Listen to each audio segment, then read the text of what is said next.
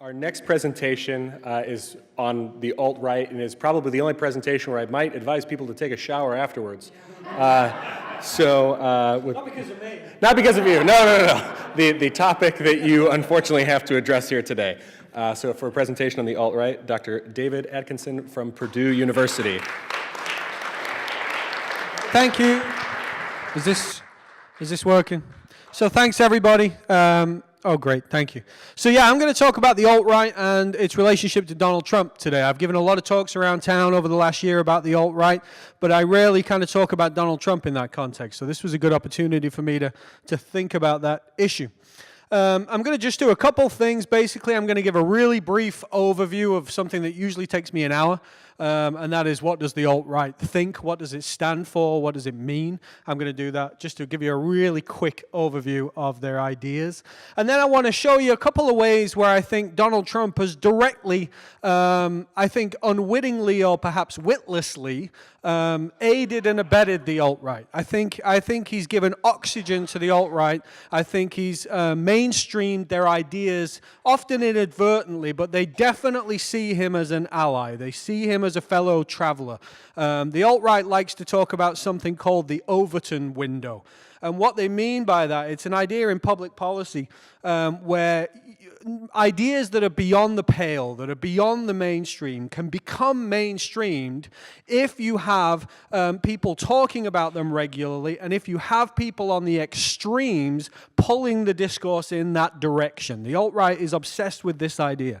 And they've used Donald Trump. I think Donald Trump has been part of that process in pulling the discourse into places that would have been inconceivable 2 years ago, and now are suddenly part of the mainstream. So they're cognizant of what he does and how he talks, and they've used that to their advantage. He has, in the words of someone I saw recently, he has laundered not just Russian money, but also alt-right ideas. He is making them palatable in a lot of different ways. So what is the alt-right? What do we mean when we talk about the alt-right? I think you cannot understand the alt-right without understanding two basic premises that are at the core of the alt-right's ideology. And that is what they call the 14 words and the JQ. These two ideas are central to understanding what it means to affiliate with the alt-right. The 14 words come straight out of white supremacist ideology, out of neo-Nazi ideology, going back to the 1980s. The 14 words were something that a white supremacist murderer named David Lane, who died in Terre Haute Correctional Facility some years ago, he put forward in a manifesto he wrote in prison. And what he said was, we must secure the existence of our race and a future for white children. Those are the 14 words. Anybody who calls themselves neo-Nazi subscribes to those 14 words, makes those the basis of their ideology. So does anybody who affiliates with the alt-right, who considers themselves part of the alt-right movement. As you can see in this tweet from a group called American Vanguard, there are some things we must never compromise on. The 14 words and the JQ are central to our ideology.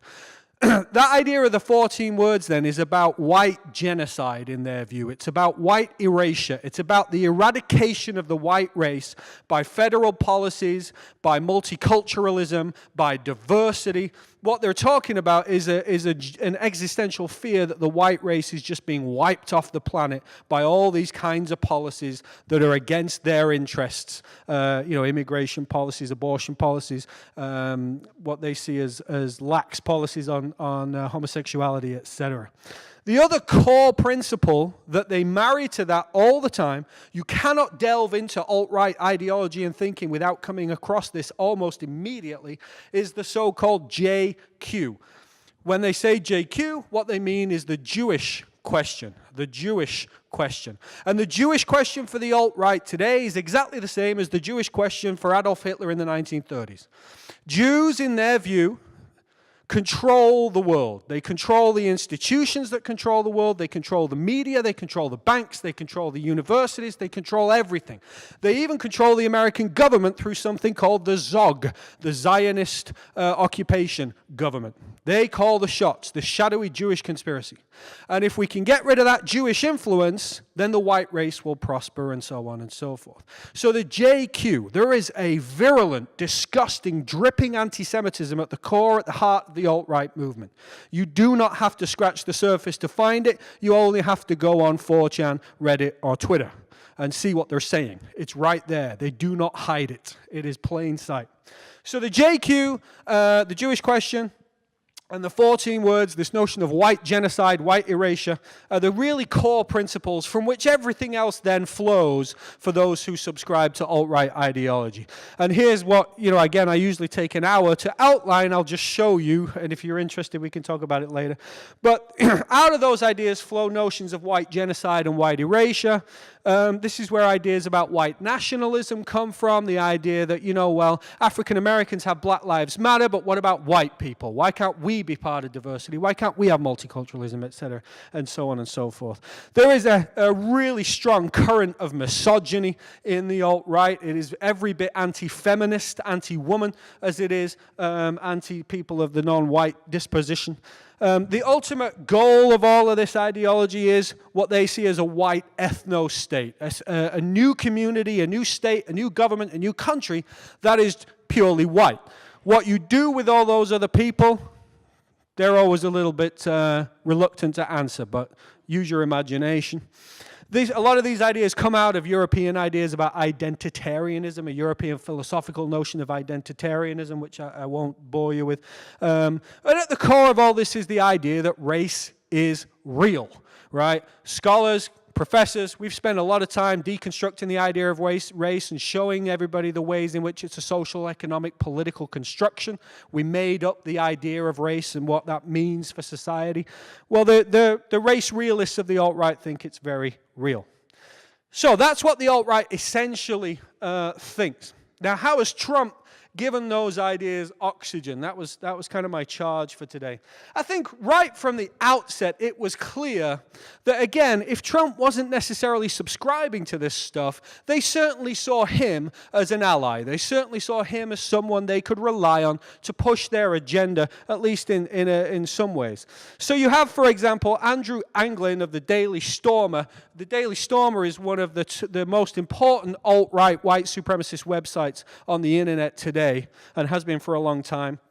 He urged his readers to make Donald Trump president because he saw in Trump a lot of resonances with his own ideas about race and immigration. The same goes for Richard Spencer. I'm sure everybody's now familiar with Richard Spencer, the kind of titular head of the alt-right movement, intellectually speaking, at least. Spencer has repeatedly said during the campaign that, this is a guy we can get behind because he wants what we want, a white country designed for ourselves, and it belongs to us, the white people. So Trump definitely was seen as an ally. Hail Trump, hail our people, hail victory, he famously shouted drunkenly at an alt-right movement in that you can see in that picture. And then you have Jared Taylor of American Renaissance saying Trump may be the last hope for a president who would be good for white people during the campaign. So you get the idea. The alt-right certainly saw Trump as an ally, saw him as a fellow traveler. And then when he gets elected, he further lit the fire of the alt-right by doing a couple of things in particular, one of which was hiring Steve Bannon, of course, as one of his key advisors in the government. When he brought Bannon onto his staff, the alt-right internet was just absolutely delighted with this. You had David Duke, the former Grand Wizard of the Ku Klux Klan, of course, saying, I think that's excellent. You have an individual in Mr. Bannon who's basically creating the ideological aspects of where we're going. You had Rocky Suheda. Rocky Suheda is the chairman of the American Nazi Party. Perhaps Donald is for real and is not going to be another controlled puppet, controlled by Jews is the implication, directed by the usual wire pullers, by which he means Jews, and does indeed intend to rock the boat. Time will tell. So a lot of support for Bannon because Bannon spoke their language. Bannon is someone else who mainstreamed, who laundered white supremacist ideas for public consumption. And he did that, of course, through Breitbart, the website that he controlled for a long time and has recently been let go from. But Breitbart, he famously called, of course, the responsible for mainstreaming alt-right ideas. And he had done that relentlessly. And so they saw Bannon's appointment as really a good sign that this is our guy in the White House. The movement kind of crests right through the year up until August. And in a fit of great kind of confidence and overconfidence in many respects, they decide to get together, all these disparate kind of neo-Nazi white supremacist groups decide to get together in Charlottesville, Virginia, of course, to have what they call a Unite the Right rally. Unite the Right rally. And this takes place August 12, 2017, as you no doubt recall. And what you had in Charlottesville was a whole range of different groups, all of which affiliated with neo-Nazism or white supremacism in some form or another. You had the literal Nazi party, you had Klan members, but you also had alt-right groups, you had alt-light groups, you had a whole range of groups that subscribed to different elements of this ideology get together. And of course, in the end, they killed somebody, right? They killed Heather Heyer when she was run over by a member of a group called American Vanguard, who you can see on the right there with the "You Will Not Replace Us" banner. And again, the "You will not replace us, you will not replace us," that really easily slipped into "Jews will not replace us, Jews will not replace us," if you've seen the video. That's about white genocide. It's about white erasure, the ideas I talked about before. This ought to have been the end of the alt-right as something we thought about or talked about in the public mainstream. It was devastating for the alt-right. It was a disaster.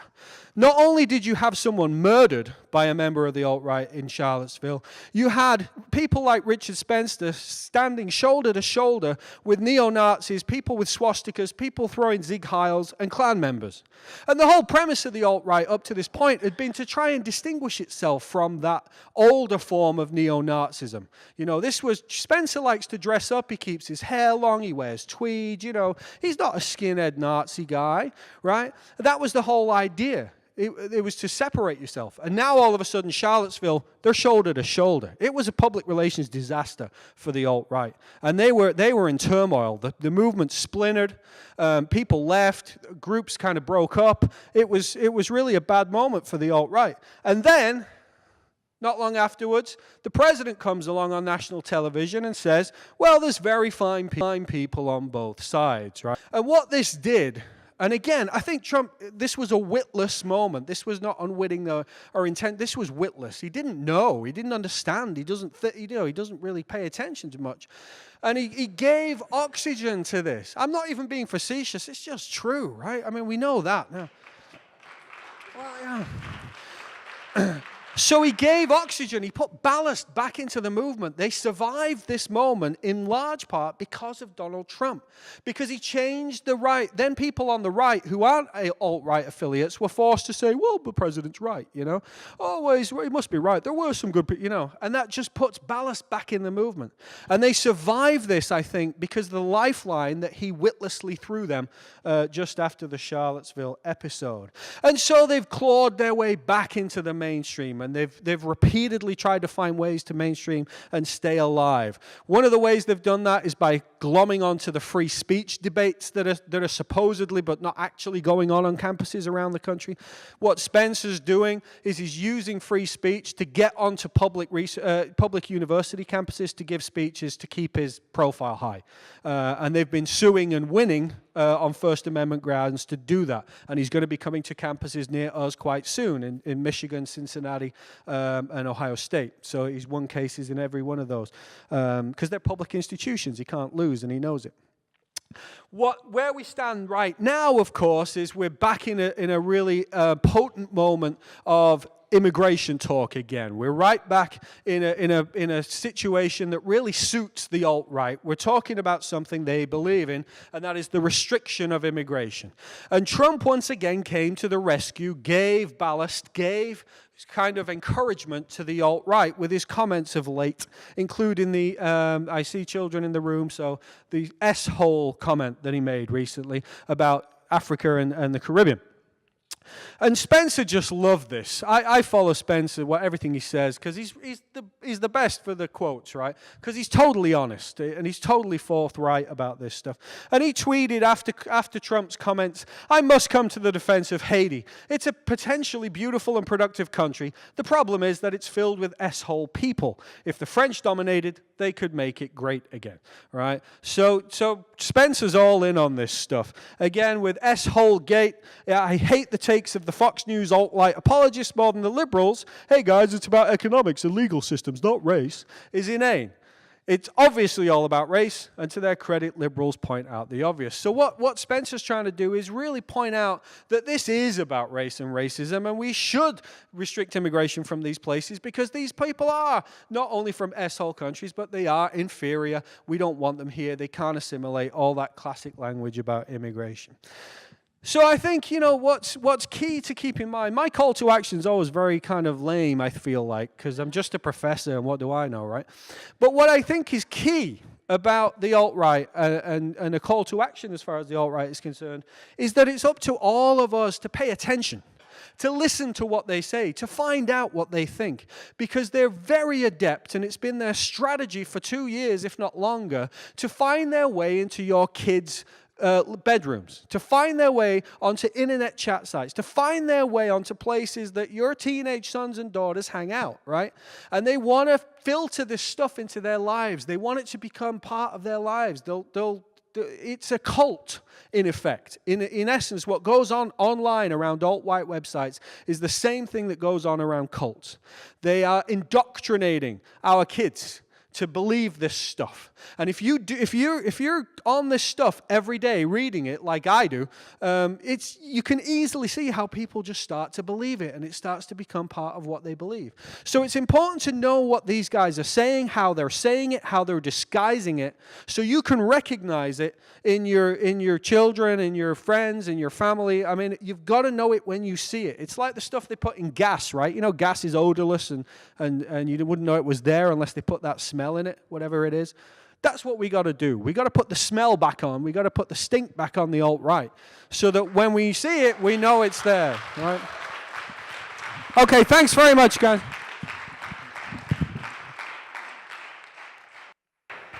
Thank you so much for that fascinating talk. You know, I could not agree more with the sentiment that the normalization of the alt-right is incredibly dangerous in 2018 and beyond.